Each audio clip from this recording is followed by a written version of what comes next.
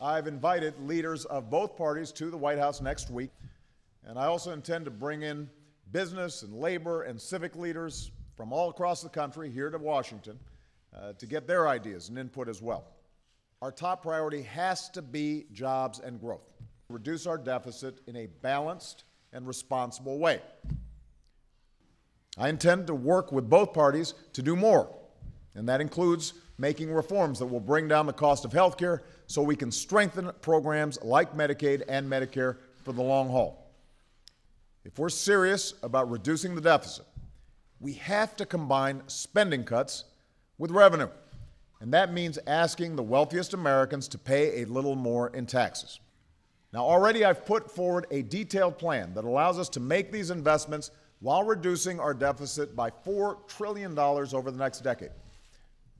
I want to be clear, I'm not wedded to every detail of my plan. I'm open to compromise. But I refuse to accept any approach that isn't balanced. I'm not going to ask students and seniors and middle-class families to pay down the entire deficit while people like me making over $250,000 aren't asked to pay a dime more in taxes.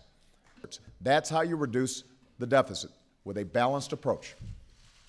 I was encouraged to hear Speaker Boehner agree that tax revenue has to be part of this equation, so I look forward to hearing his ideas when I see him next week.